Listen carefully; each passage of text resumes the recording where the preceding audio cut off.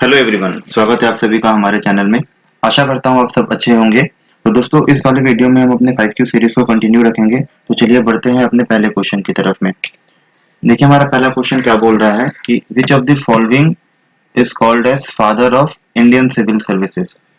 तो देखिए ये जो फादर वाला है ना, father of Indian civil service, father of local self government, तो ये पिताजी वाला जो शब्द है ना, इसके ऊपर कभी कभी क्वेश्चन बहुत ज्यादा देखने को मिलते हैं। तो देखिए अगर आप ध्यान से पढ़ो ना, तो father of Indian civil services किसको बोला जाता है, तो वो बोला जाता है आपको लॉर्ड कॉर्नवालिस को।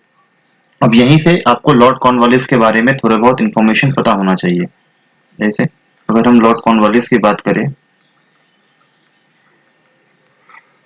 ठीक है, तो इनका जो सबसे इम्पोर्टेंट कंट्रीब्यूशन है ना, इन्होंने 1793 में क्या किया था, एक इम्पोर्टेंट लैंड रेवेन्यू सिस्टम लेकर आए थे जिसको हम लोग बोलते हैं permanent land revenue system of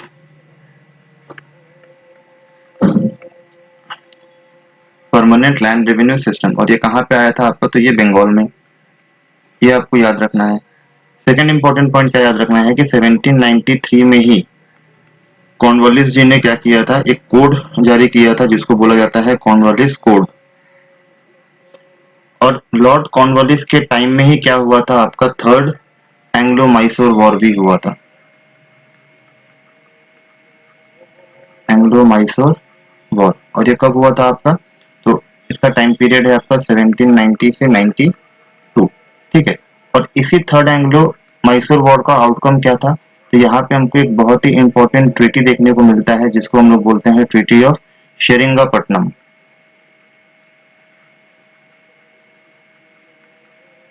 और ये ट्रीटी ऑफ सेरिंगापट्टनम कब साइन किया गया, तो 1792। देखिए क्वेश्चन आपसे ये भी पूछ सकता है कि परमानेंट लैंड रेवेन्यू सिस्टम किसने इंट्रोड्यूस किया था, तो आंसर क्या हो जाएगा, लॉर्ड कॉर्नवालिस।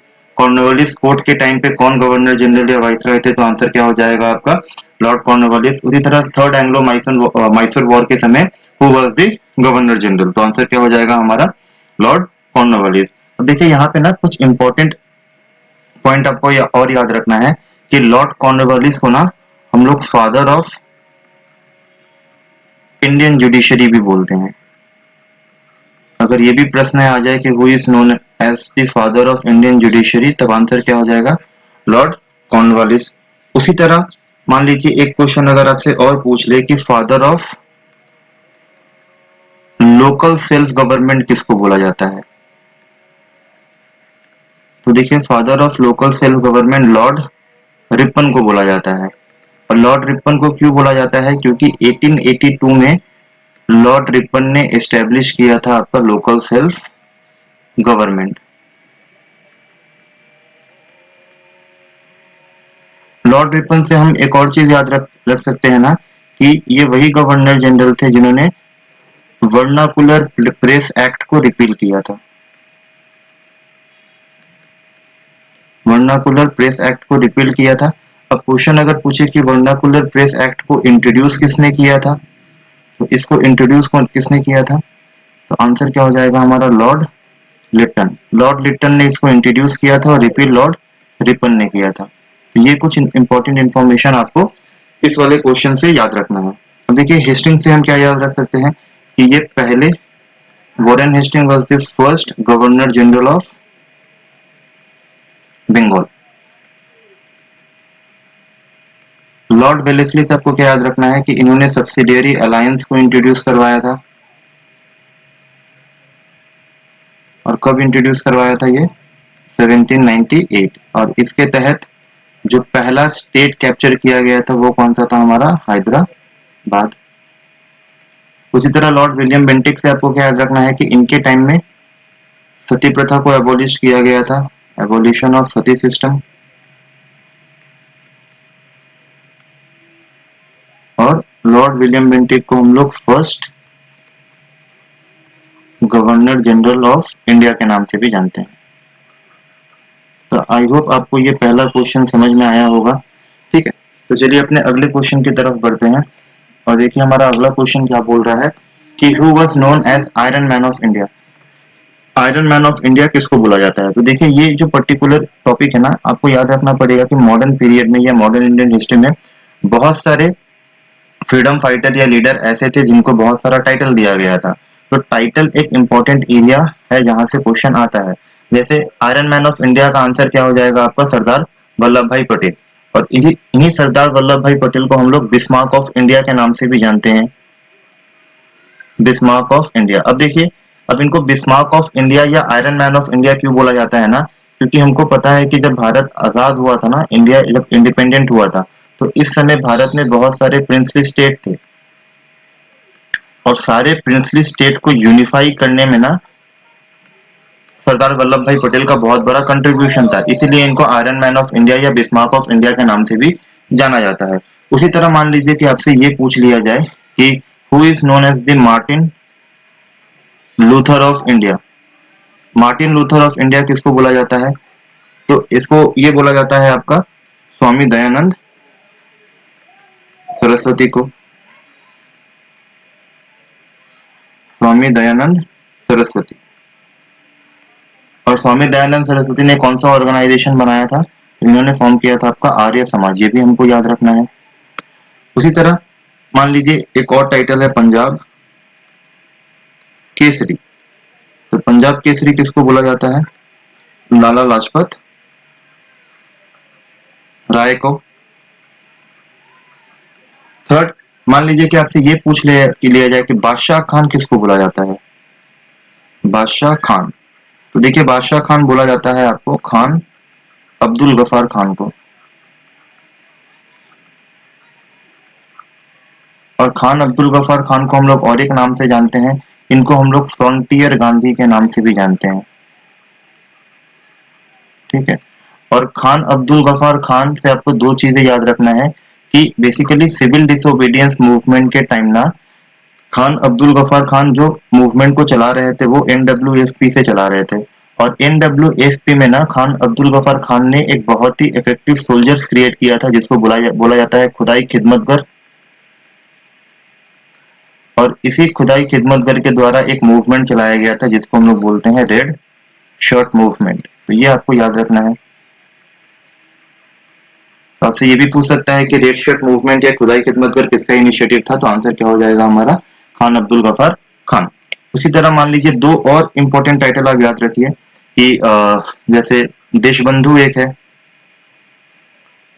और दूसरा दीनबंधु। तो देखिए, देशबंधु किसको बोला जाता है? देशबंधु बोला जाता है आपका सीआर दास को, चित्तरंजन दास को। और दीनबंधु किनको बोला जाता है? तो सीएफ एंड्रयूज को। ये आपको याद रखना है। अब जब भी सीआर दास का नाम आए ना तो इनसे एक चीज आपको याद रखना है कि 1 जनवरी 1923 को सीआर दास और इनके साथ और एक इंसान थे जिनका नाम था मोतीलाल नेहरू। इन दोनों ने मिलकर एक पार्टी बनाया था और उस पार्टी का नाम क्या है? स्वराज पार्टी। ठीक है। अब कभी कभी एग्जामिनर ये क्वेश्चन पूछता है ना कि इस स्वराज पार्टी के प्रेसिडेंट कौन थे? तो प्रेसिडेंट थे सीआर दास। और मान लीजिए क्वेश्चन ऐसे पूछे कि इसी स्वराज पार्टी के सेक्रेटरी कौन थे? तो सेक्रेटरी कौन थे? हमारे मोतीलाल नेहरू। तो आई होप ये भी क्वेश्चन आपको समझ में आया होगा। ठीक है।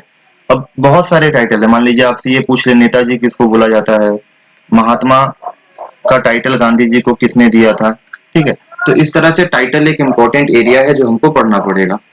आई होप ये क्वेश्चन आपको समझ में आया हो। तो चलिए अपने अगले क्वेश्चन की तरफ बढ़ते हैं। देखिए, हमारा अगला क्वेश्चन किसके बारे में बात कर रहा है?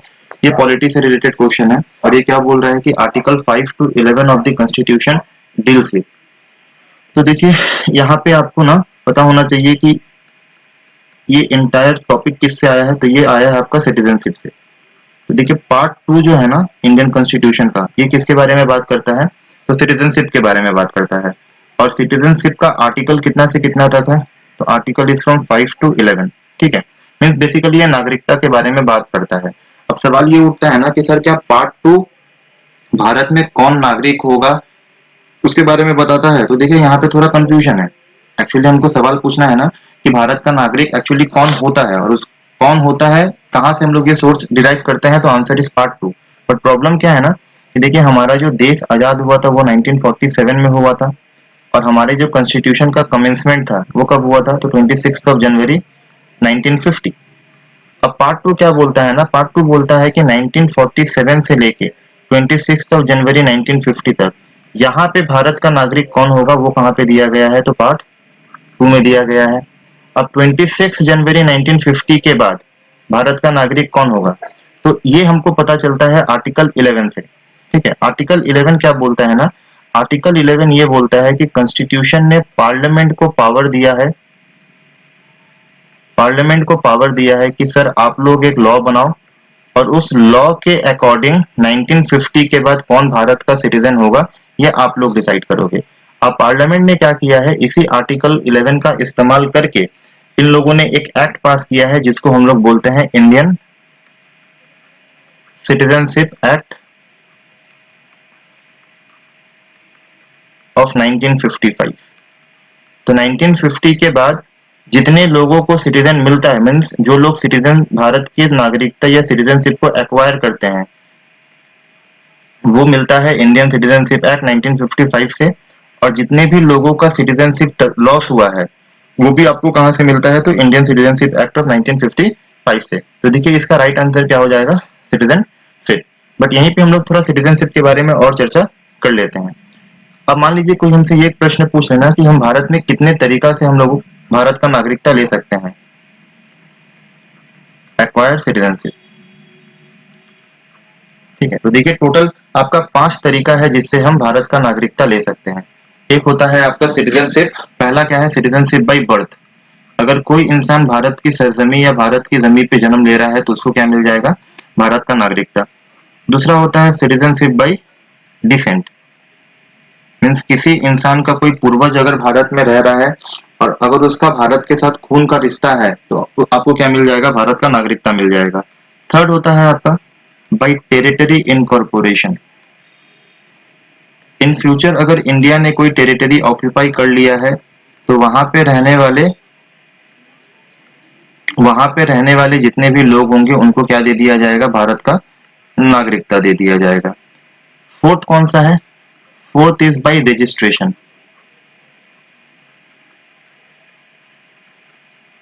Fourth is by registration. और फिफ्थ क्या है, फिफ्थ है आपका bye naturalisation.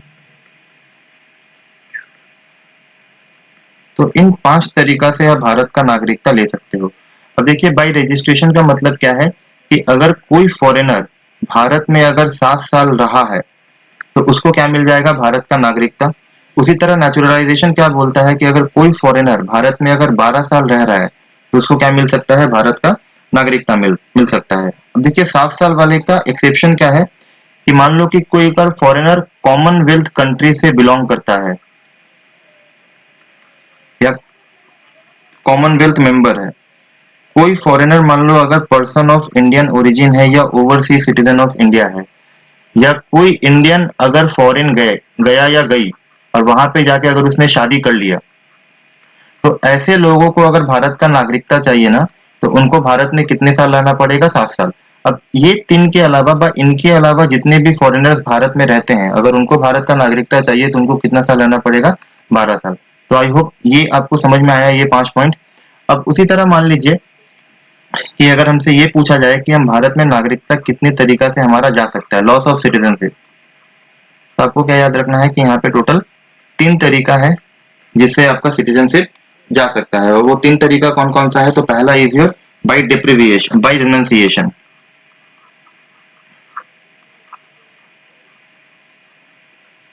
Bye renunciation, renunciation का मतलब क्या होता है कि आपने अपनी मर्जी से भारत का नागरिकता छोड़ दिया, वॉलंटरली गिविंग अप।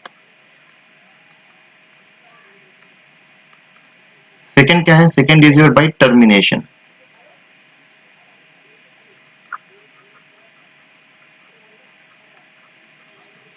टर्मिनेशन का मतलब क्या है कि मान लीजिए आप इंडियन हो, आपने क्या किया, किसी फॉरेन कंट्री का सिटीजनशिप एक्वायर कर लिया, तो उस केस में क्या होगा, इंडियन गवर्नमेंट आपका सिटीजनशिप को टर्मिनेट कर देगी। Means termination is basically a legal formality. ठीक है, और लास्ट यहाँ पे क्या याद रखना है आपको, बाय डेप्रिविएशन, मींस आपसे आपका सिटीजनशिप छीना भी जा सकता है। और कब छीना जाएगा, तो जब आपने भारत का नागरिकता फ्रॉड करके लिया हो, या you are disloyal to Indian constitution,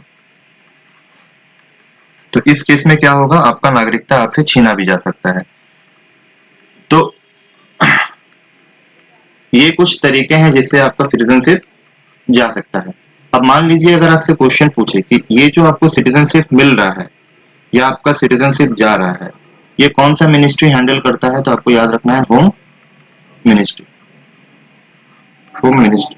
तो आई होप आपको सिटीजनशिप के बारे में ऑलमोस्ट सारा इंफॉर्मेशन मिल गया होगा और आपको इतना ही याद रखना है अपने एग्जाम के लिए। तो चलिए अपने नेक्स्ट क्वेश्चन की तरफ बढ़ते हैं। और नेक्स्ट क्वेश्चन देखिए हमारा क्या बोल रहा है कि in which year did the British government allowed separate electorate for the Muslims. अब देखिए ये जो क्वेश्चन है ना आपका हिस्टोरिकल बैकग्राउंड से हुआ था, जैसे हम लोगों ने लास्ट लेक्चर में भी डिस्कस किया था कि हम लोग हर अपने आने वाले लेक्चर में एक क्वेश्चन आपका हिस्टोरिकल बैकग्राउंड से रखेंगे। अब देखिए हुआ क्या ना कि 1909 में एक एक्ट पास किया जाता है जिसको हम लोग बोलते हैं government of India act 1909, government of India act 1909। और इसी गवर्नमेंट ऑफ इंडिया एक्ट 1909 को हम लोग मॉडले मिंटो रिफॉर्म के नाम से भी जानते हैं, मॉडले मिंटो रिफॉर्म के नाम से भी जानते हैं। अब इसी मॉडले मिंटो रिफॉर्म के बारे में हमको कुछ पॉइंट्स पता होना चाहिए। जैसे पहला चीज जो आपको पता होना चाहिए यहाँ पे ना,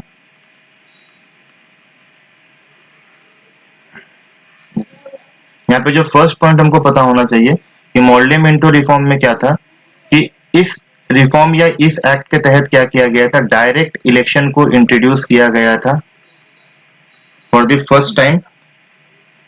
डायरेक्ट इलेक्शन को इंट्रोड्यूस किया गया था for the first time to legislative council, means legislative council का जो चुनाव होगा उसमें क्या होने वाले थे, डायरेक्ट इलेक्शन होने वाले थे। ठीक है। सेकंड इंपॉर्टेंट पॉइंट आपको क्या याद रखना है कि इसी मॉडले मिंटो रिफॉर्म ने क्या किया था, सेपरेट इलेक्टोरेट का कंसेप्ट इंट्रोड्यूस किया था। और ये सेपरेट इलेक्टोरेट किसको दिया गया था, तो it was given to the Muslims.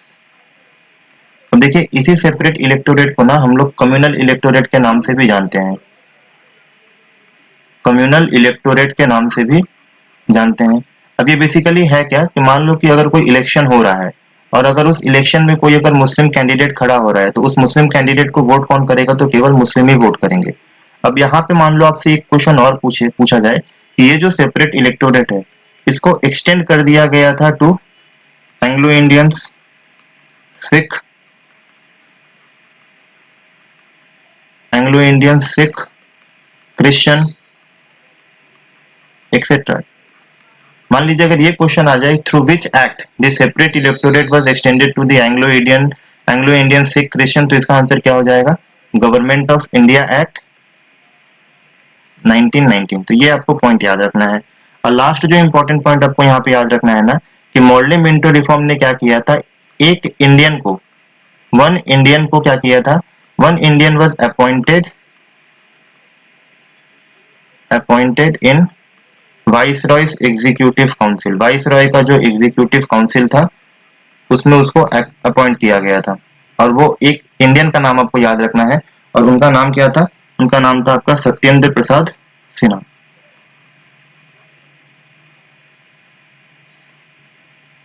Satyendra Prasad